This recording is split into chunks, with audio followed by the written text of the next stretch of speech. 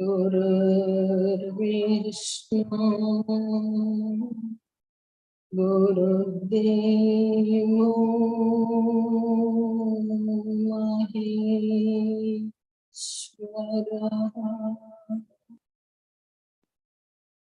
गुरु साक्षात् परब्रह्म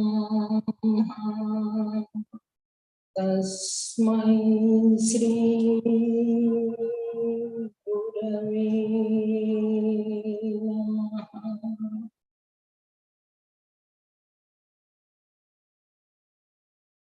ईश्वरो गुरुरात्मेति मूर्तिभेदविभागिनः व्योमवद्व्याप्तदेहाय श्रीदक्षिणामूर्तये नमः।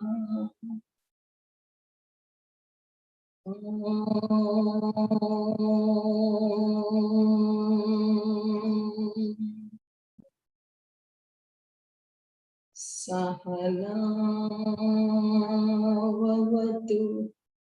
सहनौ भुनक्तु सह वीर्यं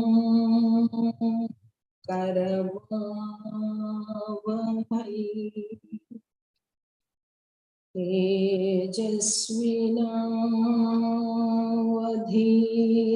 तेजस्विनावधीतमस्तु मा विद्विषावहै।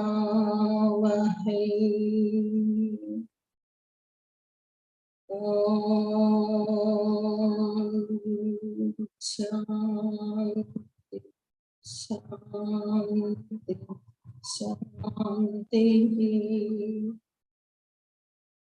हरिः ओम श्री गुरुभ्यो नमः।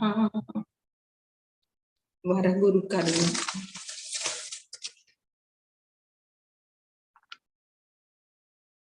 विरिञ्चि विवरिंप न साध्यमो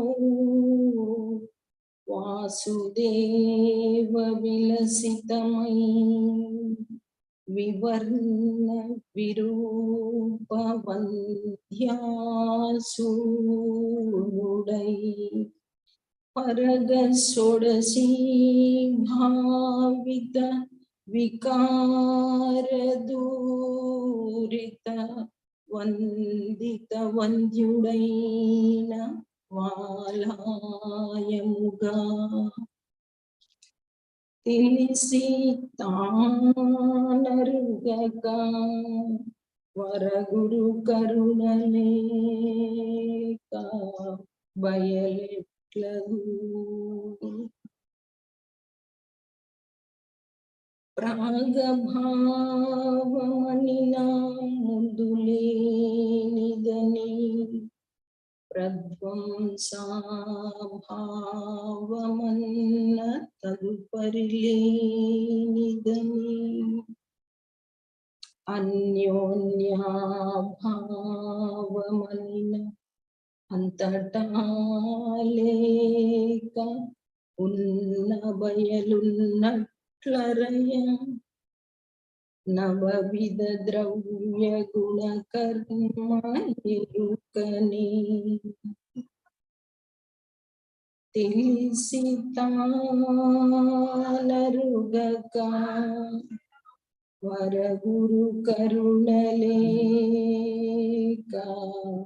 బయలెట్లగు సాంఖ్య వివరణంబున అంచితాఖండల సువిచార సారమే తారకం వన పిండాండ సాక్షి బ్రహ్మాండ సాక్షియై నించెనే అమనస్కమున రాజయోగియై సర్వం పూర్ణమై తోచెనే తెలిసి తానరుగక వరగురు కరుణలేక బయలెట్లగు మద్గురుడే చెరయమున మహృదయ పీఠిపై వరింప మండితా ఖండలో జ్వల తరంగిత నానా కంజాత సంజాతమతితమౌ ఎరుక విడచే కరిమృంగిన వెలగ కరణి సుకరమై తెలిసి తానరుగగా వరగురు కరుణలేక బయలెట్లగు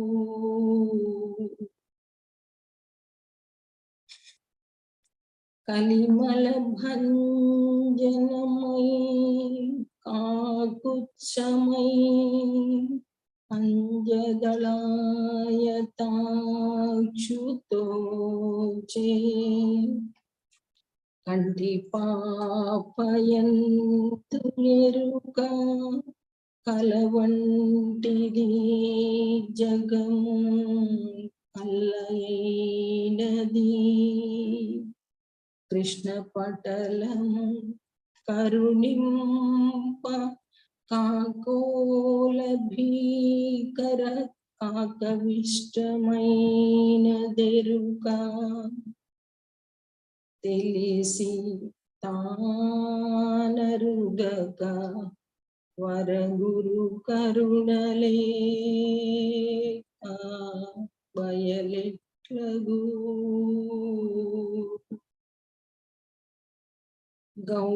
గౌడీయమే అద్వైత సుధా వరమంత్రాలయమే ద్వైతమై గోపురం వెక్కినుపదేశించే అష్టాక్షరి విశిష్టమై ఎనగామహి గోలగావ పంచగకారమై సనాతనమై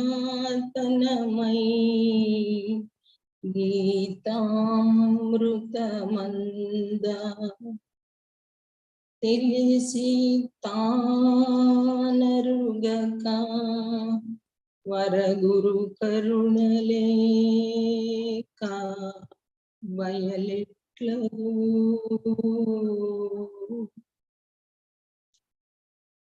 హరి ఓం శ్రీ గురుభ్యో నమః. హరి ఓం స్వామి. హరి ఓం శ్రీ గురుభ్యో నమః. హరి ఓం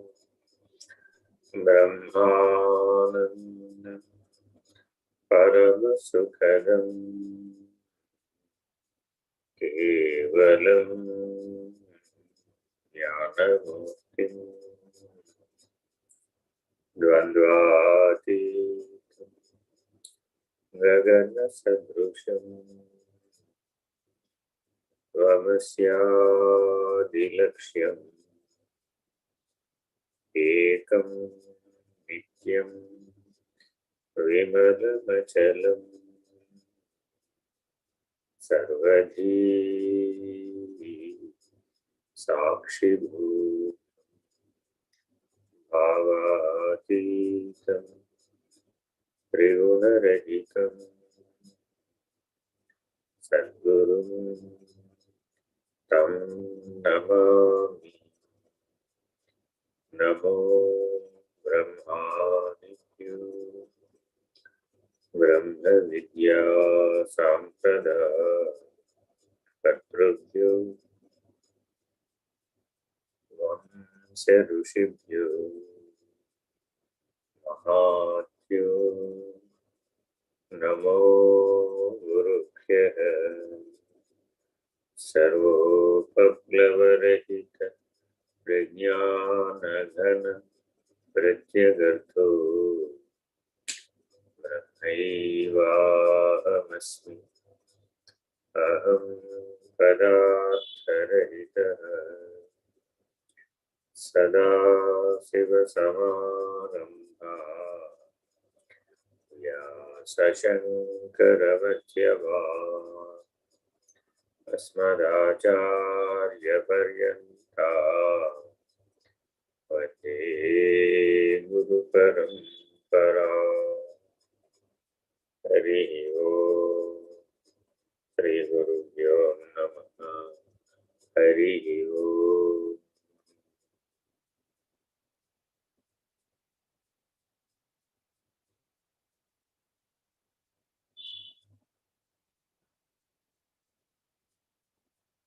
పదిహేడైనయా ఇంకా 8 ఉన్నాయి.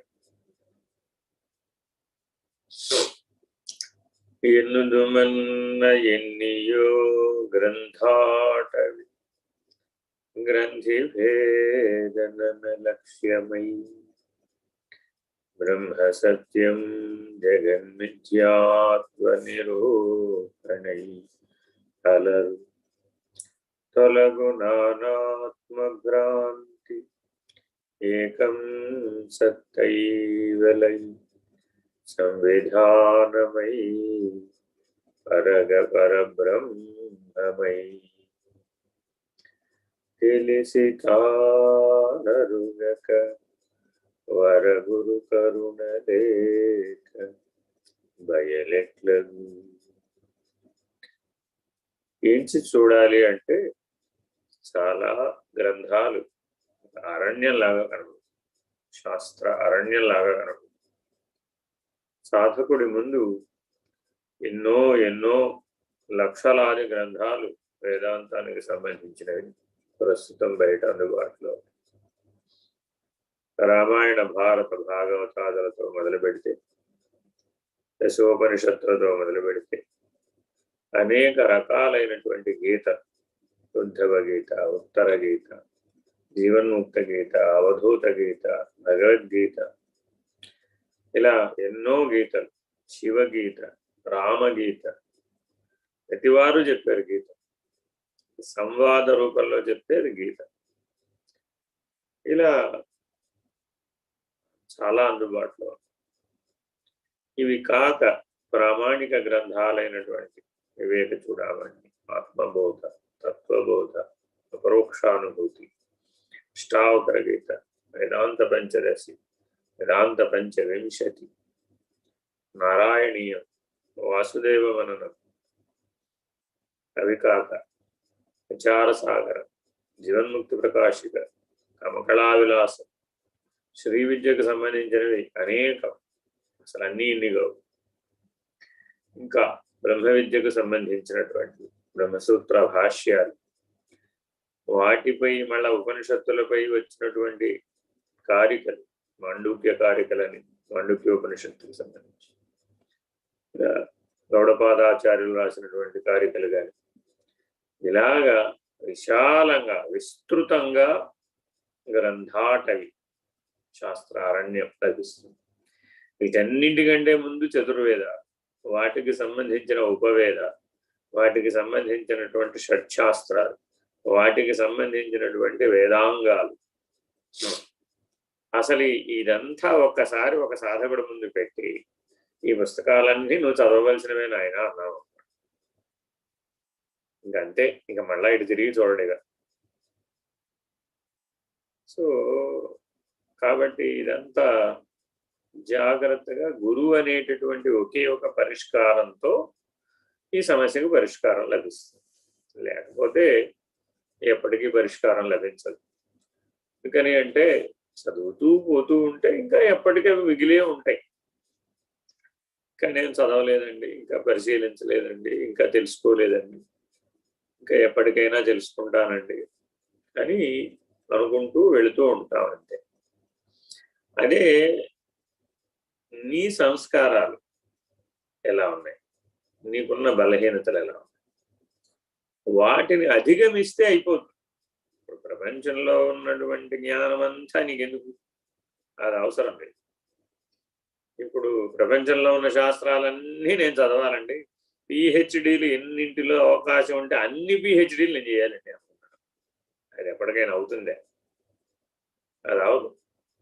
పైగా భూమండలం మీద ఎన్ని యూనివర్సిటీలు ఉన్నాయో అన్ని యూనివర్సిటీల్లో పిహెచ్డీ చేయాలంటే అనుకుంటున్నాను. ఇది ఇంకా ప్రమాదం. ఎన్ని యూనివర్సిటీలు ఉన్నాయంటే మరి అసలు లెక్క పెట్టడానికి వీలు లేనన్ని యూనివర్సిటీ. అన్నింటిలో పిహెచ్డీ చేయాలంటే ఎప్పటికైనా పూర్తవుతుంది. అలాంటి భ్రాంతిని కలిగిస్తాయి అన్నమాట. కానీ సాధన పూర్వకంగా మనం జీవిస్తూ అవసరాన్ని బట్టి శబ్ద ప్రమాణాన్ని, శాస్త్ర ప్రమాణాన్ని మనం జోడించుకుంటాం. కానీ జిల్లేళ్ళమ్మడు అమ్మ దగ్గరికి వెళ్ళి అడుగుతారు, పెద్దవాళ్ళ దగ్గరికి వెళ్ళే కదా అడిగేది ఇలాంటివన్నీ ప్రశ్నలు. శాస్త్రం అనుభవాన్ని ఇవ్వలేదయ్యా, అనుభవం గురించి తెలియజెప్తు. అనుభవం శాస్త్రం అయిపోతుంది. అంతేగాని యథాతథంగా ఇప్పుడు పంచాంగంలో ఫలానా రోజున 5 దుక్కులు వర్షం పడుతుంది అని రాసిందనుకో, ఆ పంచాంగాన్ని 36 మెలికలు మెలిదిప్పేస్తే వర్షం పడుతుంది?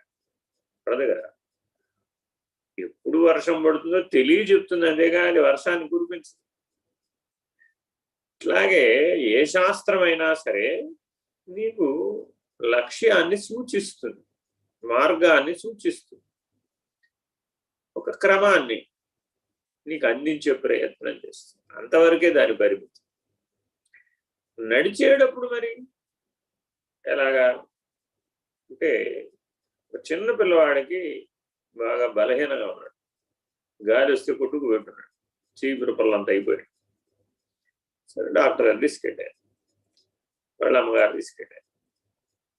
అమ్మా, ఈ పిల్లాడికి మంచి బలమైన ఆహారం పెట్టండి, పర్వాలేదు నేను మందిస్తాను, తగ్గిపోతుంది, ఏం పర్వాలేదు, బలమైన ఆహారం పెట్టండి అమ్మా, ఏం పర్వాలేదు అన్నాడు. ఈ పిల్లవాడు విన్నాడు ఆవిడతో పాటు, 5 ఏళ్ల పిల్లాడు. బలమైన ఆహారం అంటే ఏంటి? వాడి దృష్టిలో వాడికి ఇష్టమైనవి బలమైనటువంటి. వాడికి చాక్లెట్లో, బిస్కెట్లో, కురుకురేనో ఇంకేవో వాడు రకరకాలు తింటూ ఉంటాడు కదా, అవే బలమైనవి అనిపిస్తూ ఉంటాయి. అసలే వాడికి అనారోగ్యం వచ్చినప్పటి నుంచి అవన్నీ పెట్టడం మానేస్తారు. అవి తినకూడదు, ఇవి తినకూడదు, అలా ఉండకూడదు, ఇలా ఉండకూడదు, వాడి మీద ఆంక్షలన్నీ పెట్టేస్తారు. ప్రపంచంలో ఉన్నటువంటి జైళ్ళన్నీ వాడి మీదే పెడతారు. ఆ జైళ్ళన్నీ వాడి మీద పెట్టేటప్పటికి వాడికి అప్పటికే జీవితం అంటే విసుగు వచ్చేస్తుంది 5 ఏళ్ల వయసుకి. ఎందుకని? వాడి తోటి పిల్లలు ఎలా ఉన్నారో వాడు అట్లా ఉండనివ్వరు. కూర్చోకూడదు అంటారు, నిలబడకూడదు అంటారు, పడుకోకూడదు అంటారు. ఆ ఎన్ని ఆంక్షలు అన్ని ఇన్ని కాదు. జీవితంలో అలాంటి సందర్భం వస్తే గాని తెలియదు అసలు. అందరిలాగా ఆడుకోలేడు, అందరిలాగా పరిగెట్టలేడు, అందరిలాగా ఏ పని చేయలేడు, అందరిలాగా తినలేడు, అందరిలాగా అరాయించుకోలేడు. ఎన్ని సమస్యలు 5 ఏళ్ల పిల్లవాడికి సమస్య వస్తుంది. అలా వచ్చిన అనుభవం ఉన్నవాడికి తెలుస్తుంది జీవితం అంటే. సమస్య రాని వాడికి, అసలు ఎప్పుడు అనుభవం లేని వాడికి తెలియదు. నీకులాగా ఎవరితో జీవించేసిన వాడికి జీవితంలో కష్టం అంటే ఏం తెలుస్తుంది? తెలియదు. సరే, మరి ప్రస్తుతానికి మాత్రం ఈ పిల్లాడికి ఒక 6 నెలలు అన్నం పెట్టమాకండి, ఏమీ పెట్టమాకండి. ఏమన్నా అడిగితే ఓ చెంచాడు నీళ్లు ఇవ్వండి, లేదంటే ఒకటో రెండో ఎండు ద్రాక్షలు కానీ కిస్మిస్లు కానీ పెట్టండి, బతుకుతాడు, ఏం పర్వాలేదు, నేను మందిస్తాను అన్నట్ట. ఒక 6 నెలలు అయిపోయిన తర్వాత మాత్రం బలమైన ఆహారం పెట్టవచ్చు. ఇక అప్పటి వరకు మాత్రం కొద్దిగా జాగ్రత్తగా చూసుకోండి అన్నాడు. మీరు ఇప్పుడు ఏం చేయాలి తల్లి? 6 నెలలు ఏం పెట్టొద్దంటే ఇప్పుడు ఆ పిల్లాడి ముందు మిగిలిన వాళ్ళందరూ, మరి ఇంట్లో 30-40 మంది సమిష్టి కుటుంబం, వాళ్ళందరూ తినాలా, ఈ పిల్లాడి కోసం మానేయాలి. ఈ పిల్లాడిని పట్టుకెళ్ళి వాడు ఎట్టగు అటు ఇటు గంతులు వేయలేండి అని చెప్పి వాడుకున్న బలం ఎంత అని పట్టుకెళ్ళి ఓ మంచంలో వేసి వాడిని పట్టుకెళ్ళి ఒక గదిలో పెట్టారు. అంతే సంగతి. వాడు ఎట్టా గద్దాడు, బయటికి రాడు. వాడు ఎలాగో మంచంలోంచి రాడు కాబట్టి వీళ్ళ పని వీళ్ళు చేసుకున్నారు. సరే, అలాగలా ఈశ్వరానుగ్రహం నౌకలు బాగున్నాయి, బతికేశాడు. 6 నెలలు మంది ఇచ్చాడు ఆ డాక్టర్. నిదానంగా తగ్గిపోయింది, అంతా తగ్గిపోయి మామూలు అయిపోయాడు. మామూలు అయిపోయిన తర్వాత అంతా బాగానే ఉంది, తినేద్దాం అనుకునేప్పటికీ పెద్ద పెట్టిన జ్వరం వచ్చింది. పెద్ద పెట్టిన జ్వరం వస్తే అది ఎప్పటికీ తగ్గదే. 3 నెలలు మందులు వేసినా తగ్గదు. ఇప్పటికే 6 నెలలు అన్నం పెట్టలేదని వాళ్ళు ఈసారి హోమియో డాక్టర్ దగ్గరికి తీసుకెళ్లకుండా ఎల్లోపతి డాక్టర్, ఇంగ్లీష్ డాక్టర్ తెచ్చుకున్నారు. సరే ఆయన 3 నెలలు వైద్యం చేశాడు, ఏం లాభం లేదు, ఎప్పుడూ వస్తూనే ఉంటుంది. అది ఏమిటండి జ్వరం అంతు పట్టడం లేదు అంటుంటాడు ఆయన. సరే ఏదైనా కానీ ఈ పిల్లవాడికి కొద్దిగా ఇమ్యూనిటీ తక్కువ ఉందండి, రోగ నిరోధక శక్తి తక్కువ ఉంది. మీరు ఏమైనా రోగ నిరోధక శక్తి పెరిగేటటువంటి ఆహారం మందులు ఇస్తూ ఉండండి. ఈ ప్రపంచంలో ఈ రోగ నిరోధక శక్తి అనేది $1 మిలియన్ క్వశ్చన్. యాంటీబాడీస్ అంటారు వీటి. శరీరాన్ని పెంచమంటే తొందరగా పెంచచ్చేమో కానీ యాంటీబాడీస్ని మాత్రం తొందరగా పెంచడం కుదరదు. ఇది గుర్తుపెట్టుకోవాలన్నమాట. నిన్న ఎవరో నాకు ఒక జోక్ కూడా పంపించారు, ఏదో కష్టపడి బాడీ పెంచమంటే పెంచచ్చు కానీ బాడీ పనికిరాదు యాంటీబాడీసే పనికి వస్తాయని ఇప్పుడు తెలిసిందంట. అలాగే మానవ జీవితంలో ఈ రోగ నిరోధక శక్తి చాలా అవసరం. ఆరోగ్యం భాస్కరాదిచ్చేద్ అనేటటువంటి సూత్రాన్ని జాగ్రత్తగా అన్వయం చేసుకోవాలన్నమాట. సూర్యోపాసన చేసేటటువంటి వాళ్ళు, ఒక నియమానుసారం జీవితం జీవించేటటువంటి వాళ్ళకి ఇది సరిగ్గా ఉంటుంది. సరే, జాగ్రత్తగా మనం జీవితం జీవించేటప్పుడు ఈ గ్రంథాటవిని సారాంశాన్ని అంతా ఎట్లా అయితే డాక్టర్ రంగరించుకుని చెప్పాడు, అమ్మ ఎట్లా అయితే బలమైన ఆహారం సందర్భాన్ని బట్టి ఈ పిల్లవాడికి ఏం పెట్టాలో అది పెడుతూ ఉంటుంది. ఆవిడికి తెలుసు, దానికి ఒక పెద్ద డిక్షనరీయో లేకపోతే ఒక పెద్ద లైబ్రరీకి వెళ్ళి అద్భుతంగా చదివేసి రావక్కర్లా. వాళ్ళ అత్తయ్యనో వాళ్ళ అమ్మమ్మనో వాళ్ళ తాతమ్మనో ఎవరినో ముంతరం వాళ్ళని అడిగితే ఆ పిల్లవాడి అరుగుదల శక్తిని బట్టి బలమైన ఆహారం ఏం పెట్టాలో అమ్మకి స్ఫురించేస్తుంది. మరి ఇప్పుడు ఆ అమ్మ లాంటి వాడి గురువు ఏమిటయ్యా ఆయన పని? ఆ పిల్లవాడి కష్టాన్ని ఎలాగోలా దాటిస్తుంది ఆ తల్లి. అనేక రకాల సపర్యల ద్వారా, అనేక రకాలైనటువంటి సహాయాల ద్వారా ఆ పిల్లవాడిని ఓడిపోనివ్వదు. ఆ పిల్లవాడు ఎంతగా బలహీన పడిపోయినా సరే, ఇంకెందుకురా నేనున్నాను, ఏం పర్వాలేదు, నేను చూస్తాను, నేను ధైర్యం చెప్తుంది. అంతేగాని అధైర్యపడనివ్వదు. సమస్యలు వస్తాయి, వచ్చినంత మాత్రాన డీలా పడిపోతామేమిటి అని ఆ పిల్లవాడిని ఉత్సాహపరుస్తుంది.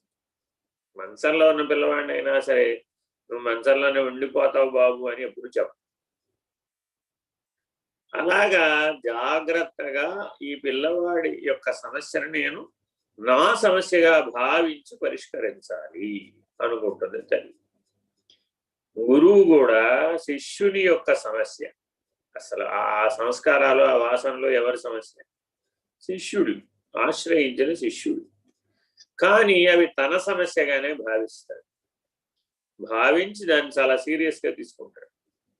దానికి చాలా జాగ్రత్తగా ట్రీట్మెంట్ అనుక్షణం గమనిస్తూ ఉంటాడు, అనుక్షణం సలహాలు ఇస్తూ ఉంటాడు, అనుక్షణం మెరుగైన జీవనం వస్తుందో లేదో గమనిస్తూ ఉంటాడు. అనుక్షణం ఏమైనా శాస్త్ర సహాయం కావాలా, ఆరోగ్యానికి సహాయం కావాలా, ఆహారానికి సహాయం కావాలా, తగిన జీవన విధానాన్ని మార్చాలా, తగినటువంటి దృక్పథాన్ని మార్చాలా, తగినటువంటి నిర్ణయాన్ని మార్చాలా, సహాయం ఎక్కడ చెయ్యాలి, ఎలా చెయ్యాలి, ఇలా ఎంతో మంది గురించి ఆలోచిస్తుంటాడు. ఆశ్రయించిన వాళ్ళందరి గురించి ఆలోచించాలి. ఇప్పుడు ఆ తల్లి ఒక్క పిల్లవాడి గురించి ఆలోచిస్తే సరిపోదు, కానీ గురువు ఒక్క పిల్లాడి గురించి ఆలోచిస్తే సరిపోదు. తనను ఆశ్రయించినటువంటి శిష్యులందరూ బిడ్డలేద, వాళ్ళందరినీ గ్రంథి భేదనం అయ్యేటట్లుగా పరిణామం చెందించాలి. అది ఉపదేశం ఇవ్వడం అంటే, వాగ్దానం అంటే. పంచభూతాల సమక్షంలో, ఈశ్వరుడు సమక్షంలో ఉపదేశం ఇస్తున్నామంటే అర్థం ఏమిటి అంటే, ఇతని బాధ్యత నాది అని చెప్పడం, ఇతడిని పరిణామం చెందించే బాధ్యత నాది, గమ్యం చేర్చే బాధ్యత నాది అని ఈశ్వరుడు సాక్షిగా ఒప్పుకోవడం. మరి అలా ఒప్పుకున్నటువంటి గురువు ఏ రెప్పపాటు కూడా ఏమరుపాటుగా ఉండే అవకాశం. ఇప్పుడు అడిగినప్పుడు చూద్దాంలే, చెప్పినప్పుడు చూద్దాంలే, వచ్చినప్పుడు చూద్దాంలే అని దాట వేసే, సాచి వేసే ధోరణి ఉండదు. అందువలన గురువు గారే శిష్యుడు వెంటబడుతుంటాడు. ఏమ్మా ఎలా ఉన్నారు, ఏమయ్యా ఎలా ఉన్నావు, ఎట్లా ఉన్నారు, ఏం చేస్తున్నారు, బాగున్నారా, ఎలా స్థితులు ఎలా ఉన్నాయి, సాధన ఎలా ఉంది, ఎప్పటికప్పుడు కనుక్కుంటూ ఉంటాడు, ఎప్పటికప్పుడు గమనిస్తూ ఉంటాడు, ఎప్పటికప్పుడు సహాయం చేస్తూ ఉంటాడు, సలహా చెప్తూ. ఏ గ్రంథం చదివినా సరే శిష్యుడికి ఎప్పుడు ఏ రకమైనటువంటి దృక్పథం ఉండాలయ్యా అంటే రుద్రగ్రంథి విభేదిని, విష్ణు గ్రంథి విభేదిని, బ్రహ్మగ్రంథి, ఈ మూడు దాటి అనాహత పద్మ మందిరానికి వచ్చేయాలి ఈ శిష్యుడు తొందరగా. వస్తే గానీ సహాయం చేయడానికి వీలు కాదు. చాలా కష్టాలన్నీ మూలాధారం నుంచి అనాహతం మధ్యలోనే ఉంటాయి. అందుకని ఆ మూడు గుణాల యొక్క ప్రభావం కానీ, ఆ సంస్కారాలు కానీ, ఆకర్షణలు కానీ, వాసనలు కానీ, బలీయమైనటువంటి శక్తులు కానీ, ఇవన్నీ ఆ మధ్యలోనే ఉంటాయి. వీటన్నింటినీ మరి అధిగమింపచేయాలి. ఆ గ్రంథి భేదనం జరిగేట్టు చూడాలి, అక్కడ ఆగిపోకుండా చూడాలి.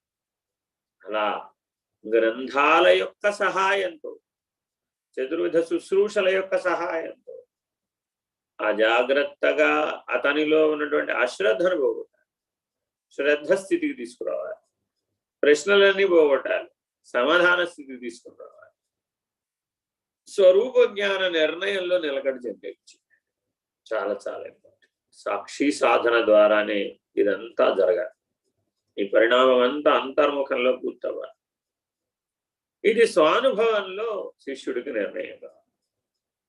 పూర్తవడం ఒక ఎత్తు, నిర్ణయం అవడం ఒక ఎత్తు. ఇది స్వానుభవంలో నిర్ణయమైన వాడికి మళ్ళా పడిపోడు, చ్యుతి ఉండదనమాట. అనాహత పద్మ మందిరం దాకా గనక వచ్చేస్తే ఇక వాడు మరల కింది స్థాయి ఆకర్షణలకు గురికాడు. మూలాధార, స్వాధిష్టాన, మణిపూరక, అనాహత 4వ స్థాయికి వచ్చేస్తాడు. ఇక మిగిలింది విశుద్ధం, ఆజ్ఞ. అవి 2 దాటితే గురువుతో ఐక్యతా సిద్ధిని సహస్రారంలో పొందవచ్చు. ఆ తదుపరి పరం బయలును దర్శించవచ్చు. ఇలాగా ఈ క్రమం పూర్తి చేయడానికి గ్రంథములు అవసరమే, గ్రంథి భేదనము అవసరమే. ఆ రెండింటి యందు అనుభవ జ్ఞానం ఉన్నటువంటి గురువు అవసరం. ఇలా ఈ మూడింటిని జోడించాలి. అప్పుడు మాత్రమే నువ్వు అధిగమించగలుగుతావు. మళ్ళీ ఒకసారి చూపెట్టాయి.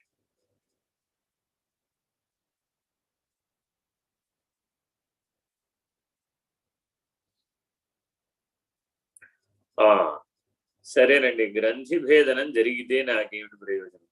మనం అదే అడిగేది. ఇప్పుడు బ్రహ్మ సత్యం జగన్మిథ్య అప్పుడు నిరూపితం, స్వానుభవంగా నిరూపితం. మిగిలిన సమయంలో విచారణ చేసి నిర్ణయం చేస్తాం. ఆ నానాత్మ భ్రాంతి అంతా పోతుంది, అనేకత్వం అంతా పోతుంది. అనేకత్వం పోయి ఏకం సత్ అన్న నిర్ణయం కలిగేస్తుంది. అనాహత పద్మ మందిరం నుంచి భ్రూమధ్యానికి వచ్చేసాడంటే బ్రహ్మ సత్యం జగన్మిథ్య, అనేకత్వం అంతా పోతుంది, ఏకత్వం వచ్చేస్తుంది. అలా ఎప్పుడైతే వెలయు, వెలయు అంటే అర్థం ఏంటి? అక్కడ దేవుడు వెలిసేటండి బాబు అంట. ఆ కొండ మీద దేవుడు వెలిసాడు. అదిగో ఆ బావిలో నుంచి విఘ్నేశ్వరుడు వెలిసాడు. వెలవడం అంటే అర్థం ఏంటి? స్వయంభూగా, స్వయముగా. ఆ అనుభవ జ్ఞానం ఎలా వచ్చేసిందంటే స్వయముగా వచ్చేసింది. అది వెలిగటం. అలా వెలిస్తే అప్పుడేమైంది? సంవిధానమై పరబ్రహ్మమై. అప్పుడు నీకు బ్రహ్మనిష్ట ద్వారా పరబ్రహ్మ నిర్ణయాన్ని అందించడానికి, సూచించడానికి, నిర్ణయంగా తెలియచెప్పడానికి సామర్థ్యం, పరిజ్ఞాన ఘనం అయినటువంటి స్థితిలో లభిస్తుంది. ఇలా జాగరూకుడవై నీ సాధనా క్రమాన్ని నువ్వు పరిశీలించుకోవాలి నిరంతరాయంగా. అందుకే అందరికీ ఏం చెప్తున్నాం? సాధకులందరికీ సామాన్య నియమం 3 అవస్థలలో నిరంతరాయంగా భ్రూమధ్యంలో ఉండాలి. ఎన్ని కష్టాలు వచ్చినా సరే ఆ స్థితిని వదిలిపెట్టకూడదు, ఆ స్థానాన్ని వదిలిపెట్టకూడదు.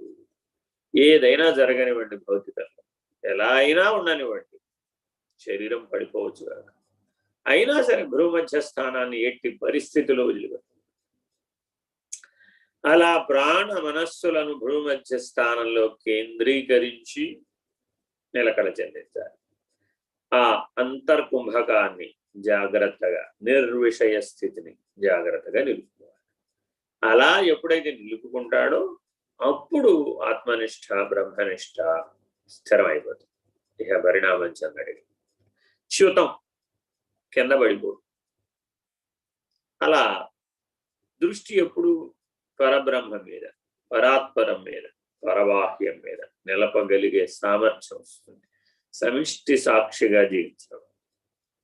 అలా ప్రతి ఒక్క సాధకుడు ఈ నడకని సాధనానుభవంగా స్వానుభవంగా పొందాలి. రమణ గీతలో మొదటి అధ్యాయంలో చెప్తాడు గణపతిని. ప్రపంచంలో అందరూ గ్రంథాలు చదువుతారు, ప్రపంచంలో అందరూ గ్రంథాలు చదవటం కోసమే గురు శుశ్రూష చేస్తారు, తెలియనిది తెలుసుకోవడం కోసమే శుశ్రూష చేస్తారు. కానీ ఆ తెలుసుకోవడం వలన నీకు స్వరూప జ్ఞానం కలగడం లేదు. తప్పక సాధనానుభవం ద్వారా పరిణామం చెంది స్వానుభవ నిర్ణయంగా చ్యుతి లేని పద్ధతిగా అచ్యుతుడుగా సమిష్టి సాక్షిగా కదలనటువంటి వాడిగా సంకల్ప వికల్పాత్మకం కాకుండా ఉండేటటువంటి దశలో నీవు అవస్థాత్రయంలో నిలకడ చెందాలి. అలా ఎవరైతే ఉంటున్నారో వాళ్ళు తెలిసి తానరుగక వరగు కరుణలేక బయలెట్లగు. ఇలా ఈ క్రమమంతా, ఈ నిర్ణయమంతా, ఈ అనుభవం అంతా తెలిసి లేనిదవ.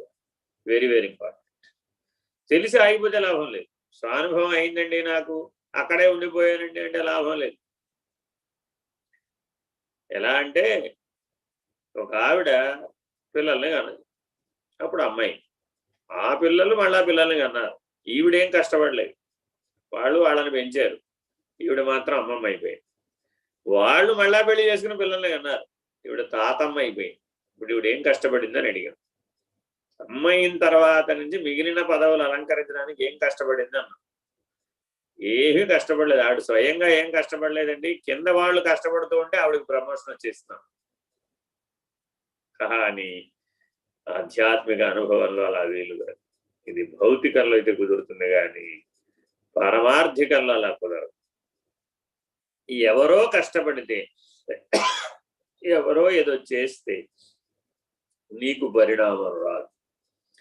నీవు స్వయముగా అనిష్ఠుడవై బ్రహ్మనిష్ఠుడవై పరబ్రహ్మ నిర్ణయాన్ని పొంది తనను తాను లేకుండా చేసుకోవాలి, పోగొట్టుకోవాలి. మాత్రమే పరబాహ్య నిర్ణయం అవుతుంది. సచ్చిదానందుడై నామరూప గుణక్రియా నటనలు నాశమై సంపూర్తి నందె పరమలర సత్యజ్ఞానానంతమై పరమతత్వ సల్లక్షణ సద్దర్శన సుజ్ఞాన సెముషీ విభవమంత ఉళక్కైనమరే తెలిసితానరుగక వరగురు కరుణలేక బయలెట్లగు. మానవుడు నామరూపాత్మకమైనటువంటి బంధంలో శరీరమే నేనుగా ప్రతి ఒక్కడు జన్మిస్తున్నాడు. జనన కాలం నుంచి ఇలాగే ఉన్నాడు. కారణం ఏమిటి అంటే ప్రాణం అధోముఖంగా పనిచేస్తుంది. ఈ అధోముఖంగా పనిచేసే అగ్ని బలం, అగ్ని శక్తి ఆ మనస్సు అనేటటువంటి శక్తిని కిందకు లాగేస్తుంది. మనస్సు ప్రాణానికి ఆహారం. ఈ ప్రాణాగ్ని ఎప్పుడు హవిస్సులు వేయమంటూ ఉంటుంది, దాహం పెరిగిపోతూ ఉంటుంది. ఆ దేహంలో ఆ ప్రాణం పైకి కిందకి చెల్లించడం ద్వారా అణువులన్నీ దగ్ధం అయిపోతూ ఉంటాయి. కొత్త జీవాణువులు పుడుతూ ఉంటాయి, పాత జీవాణువులు పోతూ ఉంటాయి. ఇదే ఆక్సిడేషన్ ప్రక్రియ. ఇది జరిగేటప్పుడు శక్తి విడుదలవుతుంది. ఆ విడుదలైనటువంటి శక్తి అనేక కర్మలలో ఉపయుక్తం. కర్మ చేయాలి అంటే మనస్సు సహాయం కావాలి. ఒట్టి ప్రాణం చేత కర్మ చేయడం వీలు కాదు. అందువలన ప్రాణ మనస్సులు రెండూ కలిసి కర్మ చేస్తాయి. కానీ ఈ ప్రాణ మనస్సులకి రెండిటికి శక్తి ప్రదాత, అవి స్వయముగా జడములు, శక్తి ప్రదాత చైతన్యం, శక్తి ప్రదాత ఆత్మ, శక్తి ప్రదాత సాక్షి, శక్తి ప్రదాత పరమాత్మ. అయితే ఈ కారణ స్థితిని మనం వదిలేసాం, ఆ మహాకారణ స్థితిని వదిలేసి కార్యస్థితిలో తాదాత్మ్యత చెందేసేటప్పటికి ఏమైపోయింది? బహిర్ముఖం అయిపోయి నామరూపాలతో కూడిన ప్రపంచం సత్యమని, నామరూపాలతో కూడిన శరీరమే సత్యం అనేటటువంటి ఆభాస భ్రాంతికి గురయ్యాం. తద్వారా మనకు ఒక దోషం వచ్చింది, ఒక లోపం వచ్చింది. నీ స్వస్థితి, నీ స్వరూపమైనటువంటి సచ్చిదానంద లక్షణం మరుగైంది. ఎలా? నీ లోపలే ఉంది అది, కానీ నీకు గుర్తుకు రావడం లేదు, నీకు తెలియబడడం లేదు, నీకు అర్థం కావడం లేదు. అందుకని ఇప్పుడు ఏం చేయమన్నారు? ప్రయత్నం చేయండి. ప్రయత్నం అనేది నీ దగ్గర ఉన్న దానికోసం చేయాలా, లేని దానికోసం చేయాలా? ఎవరైనా ఈ ప్రపంచంలో ప్రయత్నం దేనికోసం చేస్తారు అంటే రెండింటి కోసం చేస్తారు. ఒకటేమిటి? నా దగ్గరే ఎక్కడో ఉందండి, నాకు తెలుసు, కానీ నాకు ఇప్పుడు లభ్యంగా లేదు, కాబట్టి వెతకాలి. వెతికితే ఓ ప్రయత్నం అవుతుంది, కనబడితే ఫలితం వస్తుంది, గుర్తిస్తే ఫలితం వస్తుంది. ఇది ఒక పద్ధతి. రెండోది, అది ఎక్కడో ఉంది ఈ ప్రపంచంలో, వెళ్ళి వెతుక్కుని రావాలి. అది ఎక్కడుందో వెతికి పరిశోధించి దాన్ని పొంది ప్రయత్నం చేసి పొంది దాని అనుభవానికి తెచ్చుకుంటే అది నాకు లభ్యమైనట్టు. ఇవి రెండింటికి ప్రయత్నాలని పేరు. ఇప్పుడు సచ్చిదానందం అనే లక్షణాన్ని ఎక్కడుందని పరిగెడతాం. సరే, అంగారక గ్రహం మీద ఉందని ఎవరైనా చెప్పారనుకోండి, ఒక రాకెట్ వేసుకుని అంగారక గ్రహం మీదకి వెళితే సచ్చిదానంద లక్షణం లభిస్తుందంటే అప్పుడు దోషం వచ్చినట్టు కదా. అది పరమాత్మ లక్షణం కదా, అది బ్రహ్మం యొక్క లక్షణం కదా, అది సర్వవ్యాపకం కదా. ఒకచోటే ఉంది అంటే అది సర్వవ్యాపకం కాదని కదా. సర్వవ్యాపకం అంటే అర్థం నీ లోపల ఉంది, నీ బయట కూడా ఉందని కదా. నీ లోపల నీ బయట అంతటా వ్యాపకమై ఉంది. ఈ బ్రహ్మాండం లోపల బ్రహ్మాండం బయట కూడా వ్యాపించుందనే కదా అర్థం. పిండాండానికి లోపల బయట వ్యాపించింది, బ్రహ్మాండానికి లోపల బయట వ్యాపించింది. మరి అంతటా వ్యాపకమై ఉన్న దానిని గుర్తించాలా, లేకపోతే ఎక్కడో ఉందని ప్రయత్నం చేసి పొందాలి? ఇది కొద్దిగా విచక్షణతో ఆలోచించాలి. సరే, తెలిసిన ఆయన ఎవరో చెప్పారు, బాబు అది మీ ఇంట్లో ఫలానా చోట ఉంది, మీ ఇంట్లోనే ఉంది, కాకపోతే అది నీకు తెలియడం లేదు, ఇదిగో ఫలానా ఆనుపానుల ప్రకారం ఈ ప్లాన్ ప్రకారం మీ ఇంట్లో వెతికితే నీకు దొరుకుతుంది అని చెప్పాడు అనుభవజ్ఞుడైన వాడు. సరే, వెతికాడు, దొరికింది. దొరికితే మెళ్ళ వేసుకున్నాడు, హారమే కదా వేసుకున్నాడు. మరి ఆల్రెడీ మెళ్ళ ఉన్న హారం గురించి వెతుకుతున్నాడు. ఇప్పుడు ఏం చేయాలి? నీ మెళ్ళ ఉందని ఎవడైనా చెప్తే చాలంటే తెలిసిపోతుంది. అలాగే ఇప్పుడు ఒక అద్దం ముందుకెళ్ళి నిలబడ్డాడు ఈ వెతుకులాటలో. ఏమైంది? అద్దంలో ఉన్న ప్రతిబింబాన్ని చూసి కూడా తెలుసుకున్నాడు మెళ్ళలోనే హారం. సరే, వస్తువు కాబట్టి అలా చెప్పాం. మరి శక్తి అయితే, పదార్థం అయితే ఇలా చెప్తే సరిపోయింది. శక్తి అయితే ఏం చేయాలి? సందర్భం వచ్చినప్పుడు ఆ పని చేస్తాడు, ఆ క్రియలో పాల్గొంటాడు, ఆ కర్మ చేస్తాడు. అప్పుడు ఆ శక్తి ఉందని తెలుసు, లేకపోతే అప్పటిదాకా తెలియదు. ఒక ఉదాహరణ ఉంది. సాధారణంగా స్త్రీలు అబలలని అనుకుంటుంటారు ఎవరికి వాళ్ళు. నాకంత బలం లేదు, నాకంత శక్తి లేదు, నాకంత కెపాసిటీ లేదు అని ఎవరికి వాళ్ళు మనసులో సహజంగా ప్రకృతి ధర్మం బలంగా ఉంటుంది కాబట్టి. మగవాళ్ళేమో అట్లా అనుకోరు. పురుషులు నేను ఏదైనా సాధిస్తాను, ఏదైనా చేస్తాను, ఎలా అయినా చేస్తాను అని ఇలా ఏవో అలాంటి అహంకారపూరిత లక్షణాలన్నీ వాళ్ళలో ఉంటాయి. సరే, ఇలా ఉండే స్త్రీలు కూడా ఉన్నారు, లేకని కాదు. వీళ్ళు కూడా అలాగే, వాళ్ళు కూడా ఇలాగే. స్త్రీ పురుషుల్లో అటు ఇటుగా ఉండేవాళ్ళు కూడా. సరే, ఏది ఏమైనా ఒకరికొకరు సహకరించుకుంటూ జీవించే జీవితంలో సాధారణంగా ఏమనుకుంటారంటే, ఈ పనులన్నీ ఆయన చూసుకుంటాడు, ఈ పనులన్నీ ఆవిడ చూసుకుంటుంది. ఇలా మనసులో ఒక మైండ్ గేమ్ తయారవుతుంది. ఆ ఆటలో ఎవరి పాత్ర ఏమిటి? ఫుట్బాల్ ఆడేటప్పుడు చూడాలి, ఆ ఆట గేమ్ ప్లాన్ ఉంటుందన్నమాట. ఇదిగో గోల్ కీపర్ ఇలా గోల్ కొట్టకుండా కాపాడాలి, మధ్యలో ఉన్నవాడు దాన్ని దీన్ని జాగ్రత్తగా బాల్ అటు ఇటు పోకుండా కాపాడాలి, ఆ చివర ఈ చివర ఉన్నవాడు సాధ్యమైనంత వరకు గోల్ కొట్టేటట్టు చూడాలి. ఇలా ఏదో గేమ్ ప్లాన్ ఉంటుంది. ఇది ఒకరి పని ఒకరు చేయరు, ఇక్కడ ఎవరి పని వాళ్ళే చేస్తారు ఈ ఫుట్బాల్ ఆట. అలాగే మానవ జీవితంలో కూడా అలాగే నిర్ణయమై ఉంటుంది గేమ్ ప్లాన్. ఎవరు ఏ పని చేయాలి, ఎవరు ఎప్పుడు ఎలా ఉండాలి, ఏం అవ్వాలి, ఆ ప్లాన్ అంతా సూక్ష్మంలో, స్థూలంలో వ్యక్తం అవుతుంది. సూక్ష్మంలో అవ్యక్తంగా ఉంటుంది, స్థూలంలో వ్యక్తం అవుతుంది. మరి ఈ సూక్ష్మం కంటే అవతలున్న కారణంలో విత్తనంగా ఉంటుంది. ఇప్పుడు ఈ ప్రపంచం మొత్తానికి బ్రహ్మము విత్తనం అనుకుంటే, ఈ ప్రపంచం వృక్షం అనుకుంటే, మరి ఇప్పుడు విత్తనాన్ని చూడాలి అంటే ఒక పెద్ద రావి చెట్టు దగ్గరికి వెళ్ళి దాని విత్తనాన్ని చూడాలనుకున్నాడు. తవ్వడం మొదలుపెట్టాడు, మూలం దాకా తవ్వాడు. విత్తనం కనబడుతుందా? కనపడదు. ఎందుకని విత్తనం చెట్టు అయిపోయింది. విత్తనం చెట్టుగా కనబడుతుంటే మళ్ళీ విత్తనం ఎతకడం ఎందుకు? ఇప్పుడు ఏం చేయొచ్చు? ఆ రావి పండు ఒలిస్తే అందులో విత్తనాలు ఉన్నాయి. ఓ, ఈ విత్తనంలోంచి వచ్చింది కదా అని అర్థం చేసుకోవచ్చుగా, అవగాహన చేసుకోవచ్చుగా. దానికోసం చెట్టు మూలం దాకా తవ్వడం ఎందుకు? ఆ చెట్టు పడగొట్టడం ఎందుకు? ఇది అజ్ఞానం. కాబట్టి వివర్తవాదం అంటారు అనమాట.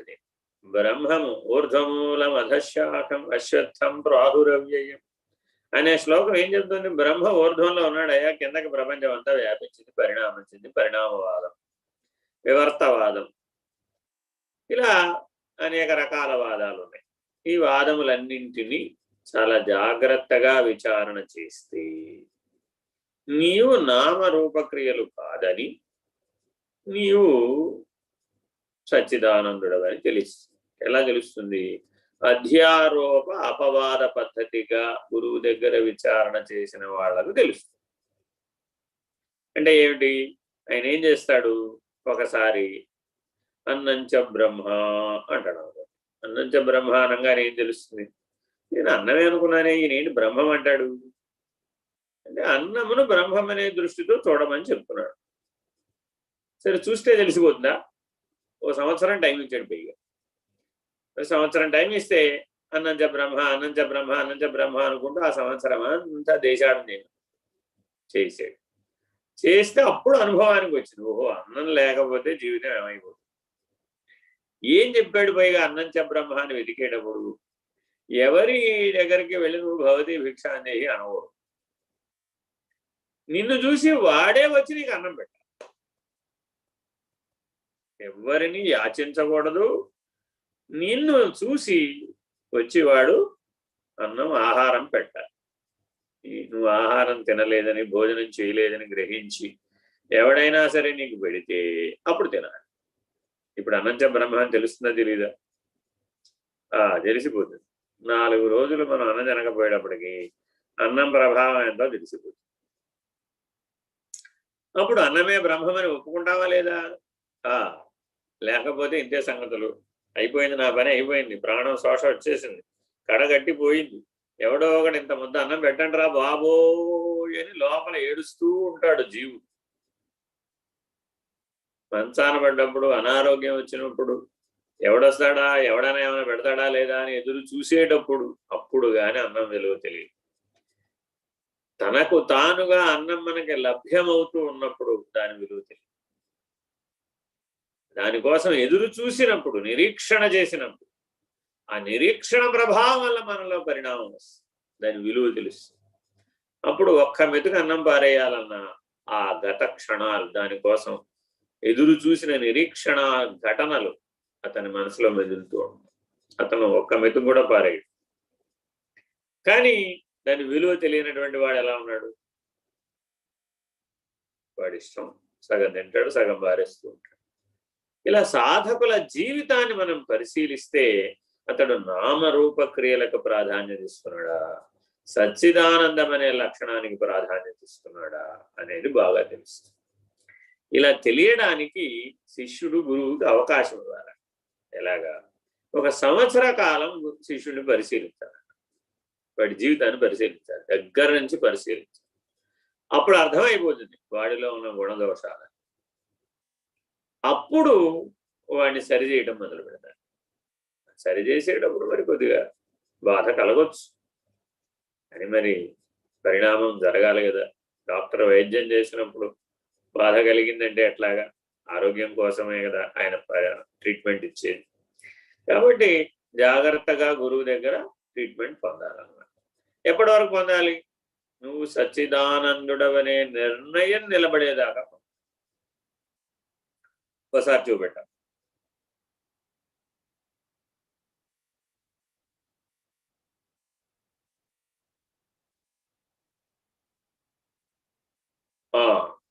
సచ్చిదానందుడైతే అప్పుడేమైంది?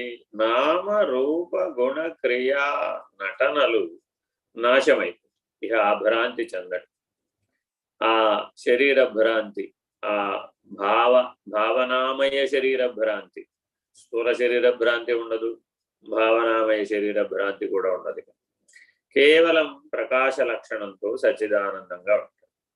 సంపూర్తినందే, వెరీ వెరీ ఇంపార్టెంట్. ఫుల్గా ఉండాలండి, ఎప్పుడూ పూర్ణంగా ఉండాలి. అపూర్ణం అనే భావన రావు, ఎక్కడ అసంతృప్తి అనే భావన రావు, ఎక్కడ అతృప్తికరస్య అని అనుకోకూడదు. అలా అటువంటి అనుభవంలో గనక వెళ్ళిపోయాడా పునః జన్మ కారణం అయిపోయింది, బలమైన జ్ఞాపకం పెడుతుంది. కానీ ఎప్పుడూ నువ్వు సంపూర్ణమైనటువంటి స్థితిలో ఉండాలన్నమాట. అలా పూర్ణ జ్ఞానంతో, పూర్ణానుభవంతో, పూర్ణ తృప్తితో నిత్య ముక్తుడవై జీవించాలి. అది సచ్చిదానంద లక్షణం. అలా ఉన్నటువంటి వాడికి పరమలర సత్యజ్ఞానానంతమై పరమతత్వము. ఇప్పుడు గురువు ఏం చేశాడు? మెట్టెక్కిస్తాడు, పరం గురించి చెప్తాడు. ఆత్మనిష్టలో ఉన్నాం అనుకోండి, దానికి పరమైనది బోధిస్తాడు. తత్వజ్ఞానాన్ని తెలుసుకున్నాం అనుకోండి, దానికి పరమతత్వాన్ని బోధిస్తాడు. బ్రహ్మనిష్టలో ఉన్నాం అనుకోండి, దానికి పరమైనటువంటి పరబ్రహ్మ నిర్ణయాన్ని బోధిస్తాడు. ఇలాగా నువ్వు ఏ స్థితిలో ఉంటే దానికి పరమైనటువంటి స్థితిని సూచించి బోధిస్తూ ఉంటారు, సహాయం చేస్తూ ఉంటారు. ఎవడైతే యోగ మార్గంలో నుంచి జ్ఞాన మార్గంలో వస్తారు, లేదా జ్ఞాన మార్గంలో ఉండి యోగ మార్గాన్ని అభ్యసిస్తారు, వాళ్ళకి సహజంగా సూక్ష్మ వికాసం ఉంటుంది, సహజంగా అవబోధ అనే స్థితి కలుగుతుంది. ఇంట్యూషన్ అంటారు. ఈ ఇంట్యూషన్, అవబోధ ద్వారా మాత్రమే ఈ సంపూర్తిని అందించడం కానీ లేదా పరమును సూచించడం కానీ ఈ రెండు వీలవుతుంది. అంటే అవబోధ అనే స్థితి రాకుండా ప్రబోధ అన్న స్థితికి ఎదగడం కూడా. అందుకని చాలా మంది 100కి 80-90% మంది బోధ దగ్గరే ఉంటారు. అందులో ఒక 10% మంది మాత్రమే అవబోధ స్థితికి వస్తారు. ఆ అవబోధ స్థితి నుంచి మళ్ళా 1% మంది మాత్రమే ప్రబోధ స్థితికి వస్తారు. ఇది సాధారణంగా జరిగేటటువంటి సాధకులందరిలో జరిగే పరిణామం. ఆ పరమతత్వం ఎలా బోధపడుతుందండి నాకు అంటే, అది సల్లక్షణంగా నీ జీవితంలో కనబడుతుంది, సద్దర్శనంగా నీ అంతరంలో ఎప్పుడూ ఉంటుంది, తురీయంలో. సుజ్ఞానంగా బయలై ఎప్పుడూ ఉంటుంది. కేవల జ్ఞానానికి సుజ్ఞానానికి భేదం లేదు. జాగరూకుడవై ఈ మూడు కలిగి ఉండాలి. నిత్య జీవితం అంతా సల్లక్షణాలతో ఉండాలి, అంతరం ఎప్పుడు తురియమే అయి ఉండాలి, పరం ఎప్పుడు సుజ్ఞానమై ఉండాలి. ఇలా ఎవరికైతే ఉందో దీనికి సేముషి విభవము అంటారు. అంటే సేముషి అంటే విశేషమైనటువంటి ప్రతిభ, విశేషమైన ప్రతిభ. ఎంత విశేషమైనదయ్యా అంటే సాక్షాత్తు పరమాత్మ సమానుడు ఆయన, సాక్షాత్తు పరబ్రహ్మమే ఆయన, సాక్షాత్తు దివ్యాహం ఆయన, భగవాన్ అని పిలవచ్చు. అంతటి వాడు ఆయన. సేముషి విభవమంత ఉళ్ళక్కై, చిట్ట చివరి మెట్టు ఆ పరమాత్మ స్థితిని పోగొట్టుకున్నాడు. పరాత్పర పరబ్రహ్మం అయిపోయింది. అమరే, ఉన్నదున్నట్లుగా ఉండటం అమరటం, కొత్తగా తెచ్చి పెట్టడం కాదని. ఇదంతా ఈ పైన చెప్పిందంతా లేనిది అని గురువు గారు చివరిలో ఒక మాట చెప్తే అది లేనిది అయిపోవాలి. లేనిది లేకనే పోయాను, ఉన్నది ఉన్నట్లు ఉండిపోవాలి అని సూచన చేస్తారు. అయిపోతుంది. అలా ఇదంతా ఎవరికైతే అనుభవ నిర్ణయం అయ్యిందో వాళ్ళకి చెవిలో ఇల్లు కట్టుకు చెప్పక్కర్లేదు.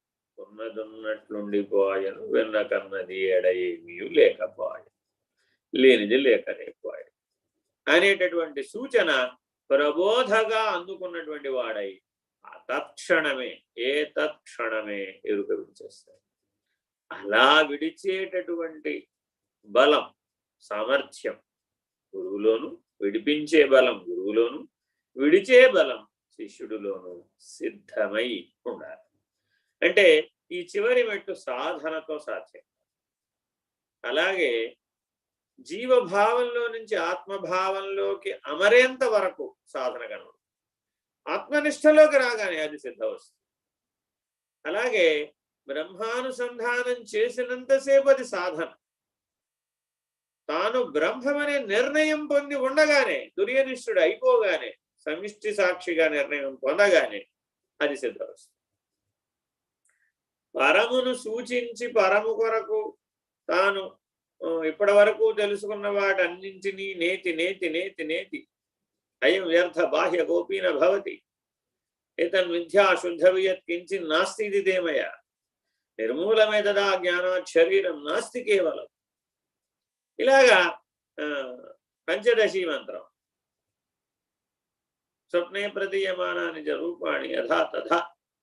ఇలాగా ఈ వాక్యాలని అనుసంధానం చేస్తారు పరమును నిర్ణయం చేయడానికి. అలా ఏదైతే నిర్ణయం చెప్పాడో అది శబ్ద ప్రమాణంగా చెప్పినప్పటికీ వెనువెంటనే దర్శనంగా మారుతుంది, వెనువెంటనే అనుభవానికి వస్తుంది, వెనువెంటనే నిర్ణయం అవుతుంది, వెనువెంటనే వాళ్ళే కూడా వెనువెంటనే. Very very important. ఆ బ్రహ్మరంధ్ర స్థానంలో ఉన్నటువంటి అష్టదళ పద్మంలో మధ్యలో ఉన్నటువంటి కర్ణికలు, కర్ణిక మధ్యములో ఉన్నటువంటి పరమాత్మ మధ్యలో, కేవలాకాశ మధ్యలో బయలు, సర్వవ్యాపకమైన బయలు, అనంత విశ్వవ్యాపకమైన బయలు, అనంత విశ్వాలన్నీ అణువంత అయిపోయినటువంటి బయలు. ఇలా మాటలతో వర్ణించడానికి వీలు కానటువంటిది మాటలతో చెప్పే ప్రయత్నం చేస్తాడు. ఈ అనుభవము, ఈ నిర్ణయము, ఈ సామర్థ్యము, ఈ శక్తి కలిగినటువంటి శిష్యుడికి అవి వినగానే, ఆ మాటలు వినగానే సల్లక్షణ సద్దర్శన సుజ్ఞానమైనటువంటిదంతా కలిగి ఆ పరిణామం పూర్తయిపోతుంది, ఆ స్థిరత్వం వచ్చేస్తుంది. అలా ఉండిపోతాడు, ఉన్నదన్నట్లు ఉండిపోయి. బయలును చూపెట్టిన తర్వాత ఏమంటారు? కనులు అట్లే పొడమి, అదిగో బయలు అనే స్ఫురణను అందిస్తారు. అది దర్శించిన తర్వాత కనులట్లే పొడమి, అందునను పట్టు విడువక గుట్టు మరువక దిట్టమైపోవే. ఎక్కడికక్కడ నువ్వు లక్ష్య స్థితిలో దిట్టమైపోవాలి, కదలకుండా ఉండాలి, మార్పు లేకుండా ఉండాలి, చ్యుతి లేకుండా ఉండాలి, అచ్యుతుడవై ఉండాలి. అందుకని చాలా జాగ్రత్తగా అంతర్ముఖంలో మానసిక ఆశ్రయంతో, ప్రజ్ఞా ఆశ్రయంతో, చైతన్య ఆశ్రయంతో నువ్వు ఈశ్వరుణ్ణి, పరమాత్మని, పరబ్రహ్మమైనటువంటి గురువుని అనుసరిస్తూ ఉండాలి. అలా నిర్ణయాన్ని పొందాలి. ఇదంతా లేనిదనే నిర్ణయం ఎవరికైతే తెలిసిందో అటువంటి వాడు తెలిసి తాను అరిగినటువంటి వాడు. ఇలా తెలిసి తాను అరిగినటువంటి వాడు మాత్రమే వరగురు కరుణకు పాత్రుడైనటువంటి వాడు, బయలు నిర్ణయమైనటువంటి వాడు. హరి ఓం శ్రీ గురుభ్యో నమః. హరి ఓం.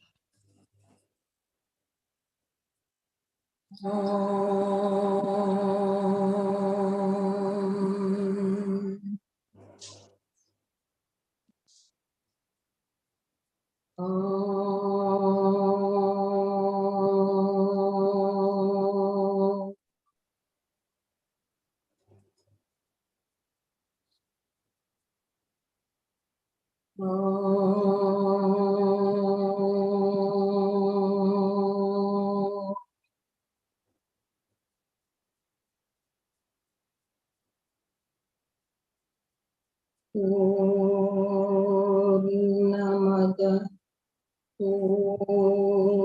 పూర్ణమిదం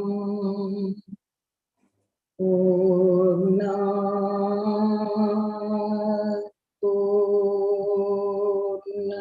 పూర్ణముదచ్యతే పూర్ణస్య పూర్ణమాదాయ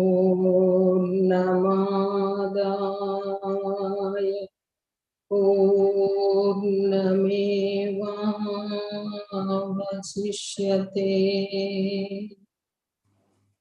ఓం తత్సత్. ఓం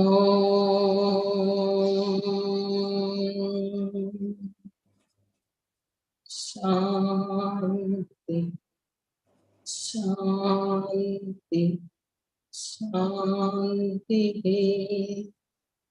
హరి ఓం శ్రీ గురుభ్యో నమః. హరి ఓం.